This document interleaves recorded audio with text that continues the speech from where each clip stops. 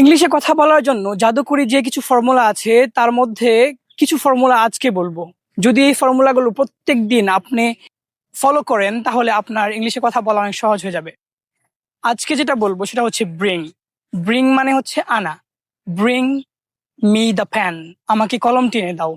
এখানে bring me মানে আমাকে এনে দাও, ব্রিং হিম তাকে এনে দাও, ব্রিং দ্যাম তাদেরকে এনে দাও, ব্রিং আস আমাদেরকে এনে দাও।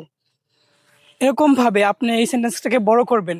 ব্রিং মি দ্য ফ্যান, আমাকে কলম টেনে দাও। Bring me the red fan, আমাকে লাল কলম টেনে দাও। আর যদি আপনি আমাকে না বলেন, অন্য কিছু বলেন, যেমন ব্রিং দ্য ফ্যান, কলমটি আনো। ব্রিং দ্য টেবল, টেবিলটি আনো। ব্রিং দ্য চেয়ার, চেয়ারটি আনো।